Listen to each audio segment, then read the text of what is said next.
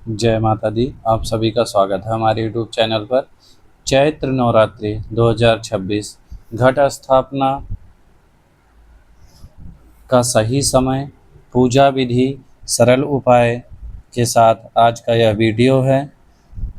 जय माता दी आप सभी को।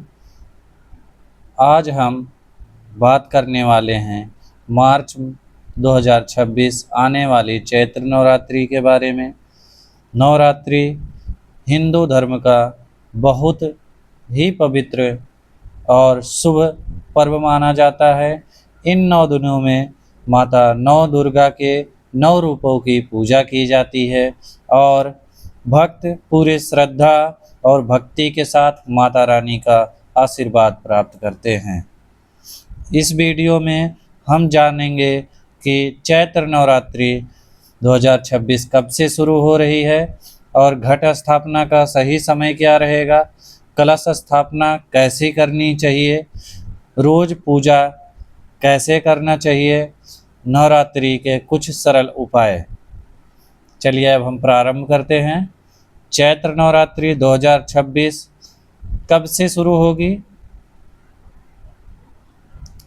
चैत्र नवरात्रि 19 मार्च 2026 दिन गुरुवार से शुरू हो रही है और 27 मार्च 2026 तक चलेगी। नवरात्रि के पहले दिन माता शैलपुत्री का पूजा की जाती है।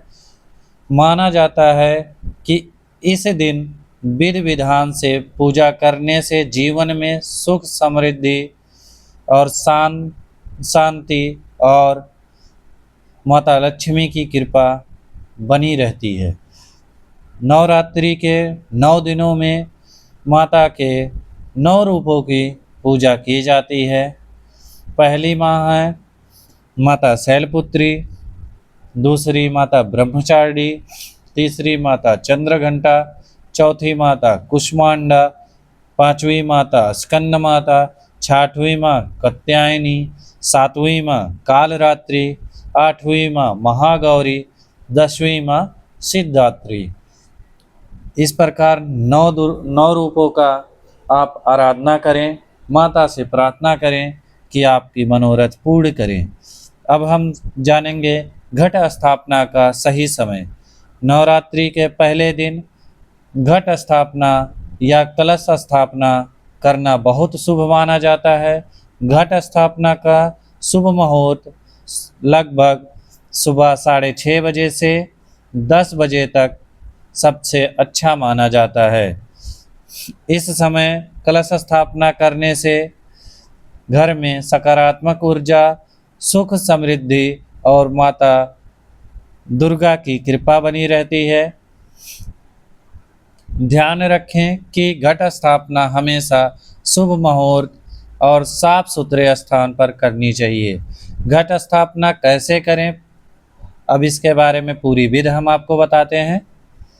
जब आप जानते हैं कि घट स्थापना सही तरीके से कैसे की जाती है, पहले नंबर हमें पूजा स्थान तैयार करें। सबसे पहले घर के मंदिर या साफ स्थान को अच्छी तरह से साफ करें। एक चौकी रखें और उस पे लाल या पीला कपड़ा बिछाएं। जौ बोने की प्रक्रिया, एक मिट्टी या तांबे का पात्र या तांबे का बर्तन कुछ भी आप ले सकते हैं, उसमें साफ मिट्टी डालें और उसमें जौ बाली वाले बो दें। नवरात्रि में जौ बोना बहुत शुभ माना जाता है। यह समृद्धि और उन्नति का प्रतीक होता है। कलश तैयार करें। अब हम एक तांबे या मिट्टी का कलश लें और उसमें स्वच्छ जल, गंगा जल, सुपारी, अक्षत, एक सिक्का या चांदी का सिक्का है तो अति उत्तम होगा। कलश स्थापना में यदि आपको कौड़ी मिल जाए, पीली कौड़ी, वो डाल सकते हैं।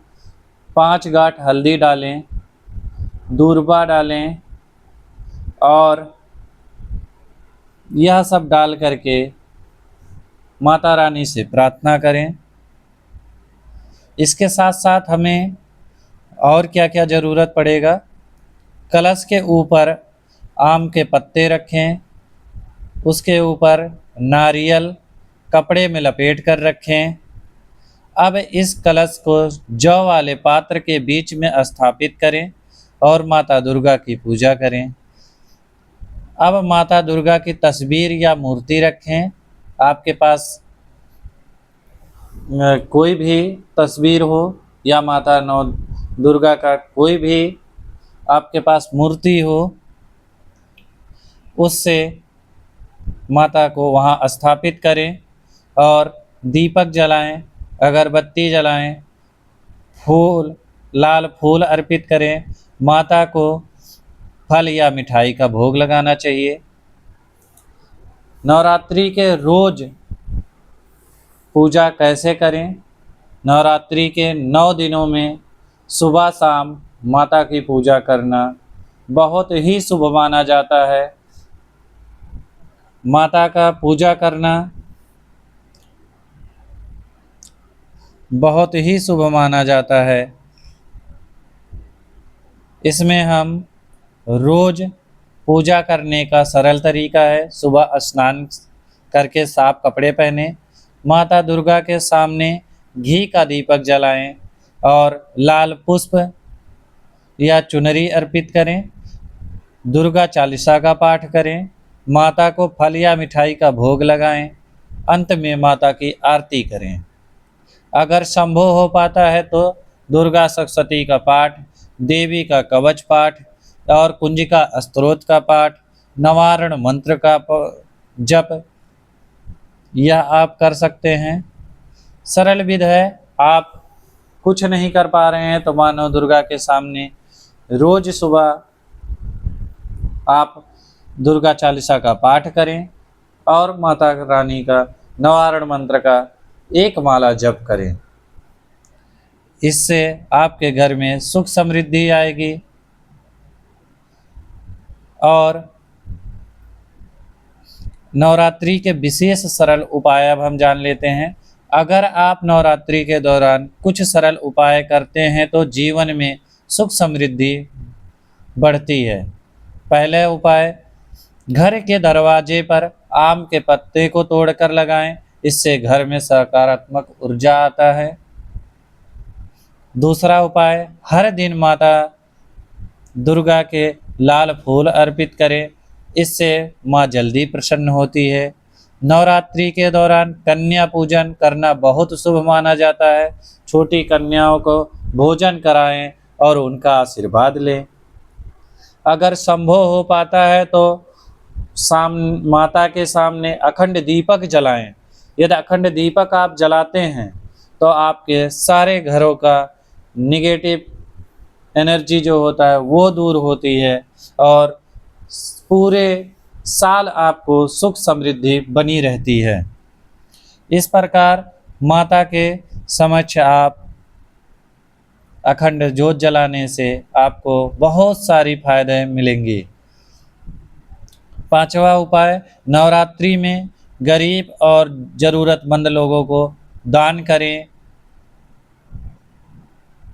यह बहुत पुण्यदायक माना जाता है, यानी इससे बहुत पुण्य मिलता है।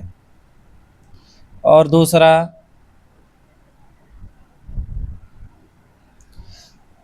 आपको माता नौ दुर्गा के 9 रूपों का हर एक दिन उनके एक एक रूपों का पूजन अवश्य करना चाहिए। और माता के नवारण मंत्र का जप करने से आपको बहुत लाभ होगा। यदि आपको कुछ नहीं कर पाते हैं, नवारण मंत्र का जप नहीं कर पाते हैं, तो ओम ह्रीं दुं दुर्गाय नमः इस मंत्र का जप करें। आपको इससे बहुत ही लाभ होगा।